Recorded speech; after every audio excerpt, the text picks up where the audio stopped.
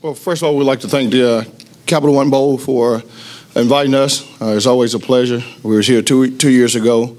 Our young man had a great time, and we actually had a great ball game against Nebraska, and hopefully we feel that we'll have a good ball game against Wisconsin.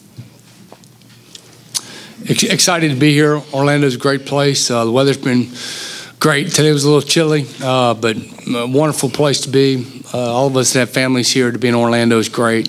I've had a good week of practice and excited to play this game. All right, again, we'll open it up to Q&A for all our participants. Please find the microphone.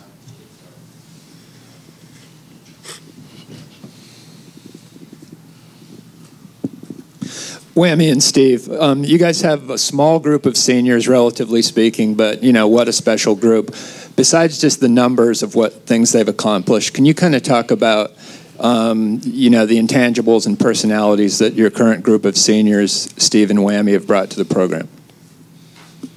Well, you know, first of all, on defense, you know, Chaz and Jimmy, two of the main seniors that we have, and been good leaders for us the entire season. You know, Chaz is not a vociferous leader. Jimmy is not a vociferous leader, but they've been two guys that have been playing really consistent for us, so they've been doing it in their play, and you know, we really appreciate what they've done in their time here at South Carolina. These two young men have won a lot of football games. Yes, small group of seniors, but what an impact they've had, and historically to go back and say they're the winningest group really by far for 4 or 5 years they've been here. Ronald and Connor both. Ronald would probably like to have another year back. Would you play 4 plays that game? 4 or 5? Didn't play much at all to lose that first year. So like to have him back, but he's been involved in some great football. What Connor's done, how he's done it, the leader he's been, the games he's won, the win streak at home. We will miss him. We really will. It's amazing what he has done here, and just his personality and what he's meant to this team will be hard to replace. But he's a great player, and we'll watch him continue to play. But yeah, what a special group of small group that is, but special group what they've done here. Coach Ward, can you talk just a little bit about what it's going to take to stop Wisconsin's rushing attack? Well, again, it takes 11 guys to me on defense, you know, taking care of their assignment. You know, Wisconsin has 2 guys that have rushed over 1,000 yards, so we understand that they run the football. But I think that's kind of misleading, too, because people don't think that they throw the football, and they do. And so I'm sure they're going to try to establish a run and then hit us with the play action pass. But you know, if we got 11 guys taking care of assignment, you know, I feel that we match up well. I know everybody will worry about the size, but you know, I think we'll play hopefully to our advantage, which is speed and quickness. Both Ronald and Chaz, it seems like a lot of these bowl games are won by the team that's maybe more motivated. What's the motivation for South Carolina in this game? I would just say just bragging rights. You know, it's a great feeling when you can just go back to your community and just have that weight lifted off your shoulders, and for the next 8 months you can train and get ready for the next season and prepare, and just not have that heavy weight on your shoulder that, man, we let our fans and community down, and we let each other down by not getting this game, not winning this game. So, you know, just to go in and dominate and have a great game, that's our goal, and that's what we came here for. Yeah, pretty much what Chaz said. I mean, Coach Stretch, since we've been here, you're only good as your last game, and this is the last one. You don't want to have a nasty taste in your mouth. So, bragging rights. Yeah, Lorenzo over on your right. I'm just curious if you guys have enough time since the departure of Christian to address the lack of depth in the secondary, or how's that settled in right now? Yeah, you know, again, we have a lot of good young men on this football team. You know, Ahmad leaving is between him and his family. We wish Ahmad the best. But, you know, again, we got young men here that I feel like can come in and step up and play.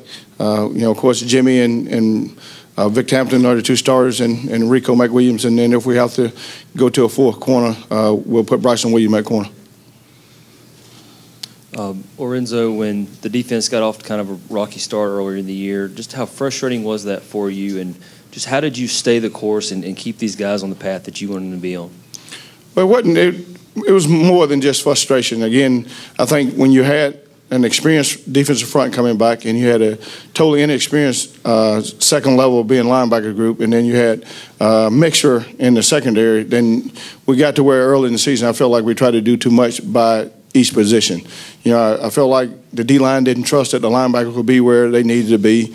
The secondary was trying to compensate, and so when we sat down and we started looking at the video, I told them each week I have a team meeting on Monday, and I would tell them, you know, I think we're getting closer, we're getting there, we just got to stay together. We just got to get all 11 to take care of their assignment, and we'll become a decent defense. And so we started to focus on doing that. We started, I remember back early after the Georgia game, I watched us in practice, especially in our Miller drill where we go 7-on-7 with the offensive line and the running backs and tight ends, and our gap accountability got better. And the linebacker saw that the D-line was holding that gap. D-line saw that the linebacker was holding that gap. And we just developed the confidence.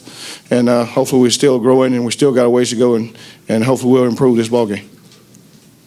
Lorenzo, you're obviously coming up on kind of your 2-year anniversary of being defensive coordinator here. As you look back at the 2012 Capital One Bowl and obviously preparing for that in your first game as defensive coordinator compared to now, what's been the biggest difference for you, and how far have you come since in those 2 years? Well, anytime I think you take on a new challenge in life, and becoming Coach Spurrier have enough confidence to name me 2 years ago. Matter of fact, my first press conference was 2 years ago today to this at this same table. So he had enough confidence and believed that, you know, I knew the system that he wanted to run, and that we had similar thoughts. And so he took the opportunity to let me become the coordinator. And, you know, of course, if you don't grow, then I think that you're stagnant, and you don't ever want to be stagnant in this profession. So hopefully I learned some things that I won't do that I did 2 years ago down here. You know, we got down 13-0, and so hopefully we don't get in that situation. This is for the players. What's your guys' reaction to being the much higher-ranked team but being the underdog? Is there any way to explain that? Me personally, I just take it as I don't want to sound like a cocky type of guy, but I just kind of take it as a slap in the face. You know, we, as a team collectively, we work hard, and we bust our butts at practice every day and listen to what the coaches tell us to do. And for us to be the highly ranked team coming into this game and be labeled as the underdog, we kind of take it as a slap in the face as a team collectively, because we know what type of guys we got coming to this ballpark on Wednesday to play in this game, and we just feel like, you know, we deserve way much more respect than what we're getting right now. Yeah, I mean, if you look at the numbers, it would be a slap in the face, but it can also mean, you know, we have a chance to prove a lot of people wrong. Being an underdog is coming out fighting, and the game will tell itself at the end when the clock says 0-0. So, Chaz in the back, studying Wisconsin's quarterback, what have you noticed about him, watching him on film, and how important is it for you guys as a defensive line to put a lot of pressure on him? It's very important. If we can put a lot of pressure on, we can take away a lot of things early in the game. And what we notice a lot is he like to hold the ball. He's not a guy that's going to catch the ball and get it out very, very quick like some teams we played in the past. He's a guy that like to just, you know, like to roll out to basically one side or whatever. So we got to get him pulled up and keep him in the pocket and keep him contained. And we just gotta rattle him early. Steve and Ronald, when you first look at Wisconsin's defense, what jumps off the page at you? What's the first thing that you see? Statistically, I mean, they've been really good this year. They're big, strong, physical, play tough, play downhill. Obviously, our linebacker, Chris Borland, player of the year up there, is everywhere, makes tackles, hits people, very active. They're a tough team. They've played a lot of good teams this year, and they've held them down. You don't see a lot of teams score a lot of points on them. So they're a tough, physical team that plays good defense, and statistically, they've proved it this year. Be a good challenge for us. Yeah, touch on that. I mean, they're big. They're stout up front.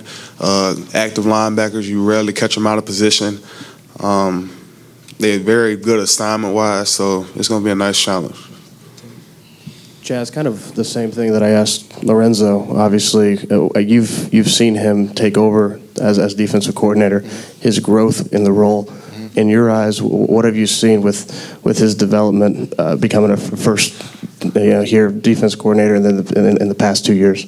it's just all about growth. Coach came in first game. You know, he was like you said, he was you can't be stagnant or whatever. But you know, just the last past 2 years, you know, it's been all about growth. You know, he came in with a plan and he gave it to us, and as a group, and we executed it, and it works for us the past couple of years. You know, we one of the top defenses in our conference, and you know, he's doing a great job collectively. Coach Ward, this could be obviously Jadavion's last game. Can you talk about him as a player and what you've, you know, obviously had the pleasure of coaching him the last couple of years, and kind of coaching a player with that kind of talent and speed, no pun intended. But talk about coaching him the last couple of years, what he's meant to you and then to this program. Well, I think he's one of the young men like the rest of the guys we have that come into a program. He came in very highly rated. He's probably as good as advertised. You don't see too many 6'5", 6'6" guys, 265 pounds, that can run the way he does. He's got cat quick speed.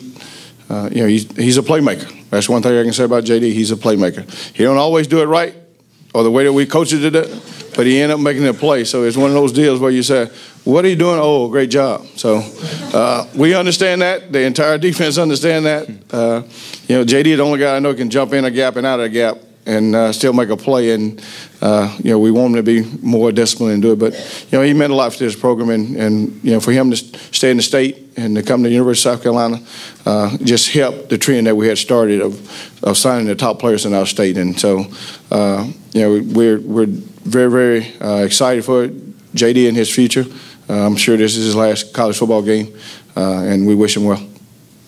Steve, with the loss of Demir, just what's the plan, and how is that going to affect the play calling?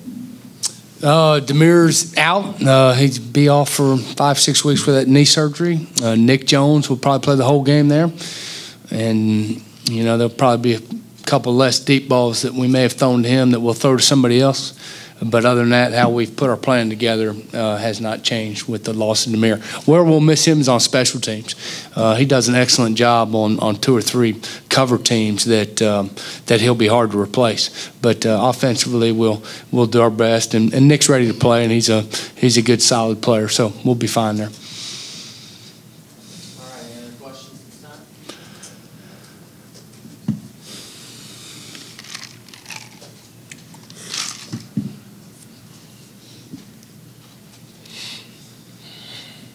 Whammy, real quick about JD. Talk about your relationship. You have a good conversation. We always see video of you talking to him, chit-chatting, kind of buddy. Talk about the personal relationship you have developed with him and what it means to you in going forward with his career. Well, I think JD is a young man that, you know, I remember when we first started to recruit him, and, you know, he's been told how great he is all his life, and he knows that. And but, you know, that's not the way he and I develop a relationship, because I told him the very first time I met him that I wasn't going to tell him how great he was, and we was going to do things a little different. And so I think we got kind of a little special bond. And so when things are not going the way that we think they should go, I try to talk to him a lot and about just life in general. And so our relationship is way more than just football.